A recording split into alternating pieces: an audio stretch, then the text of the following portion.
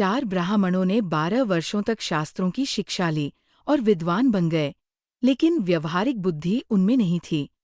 जब वे अपने गांव लौट रहे थे, तो रास्ते में उन्होंने शास्त्रों के अनुसार निर्णय लेने की कोशिश की। बिना किसी तर्क या समझ के उन्होंने एक गधे को अपना भाई मान लिया, क्योंकि शास्त्र में लिखा था कि श्मशान में जो खड़ा हो वह बंधु होता है।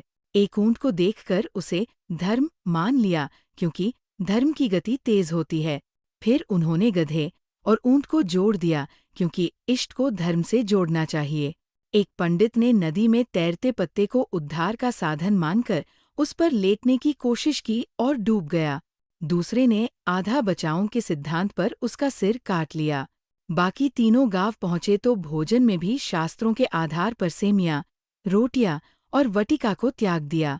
सीख: शुद्ध ज्ञान बिना व्यवहारिक समझ के व्यर्थ है। शास्त्रों का अंधा पालन मूर्खता बन सकता है।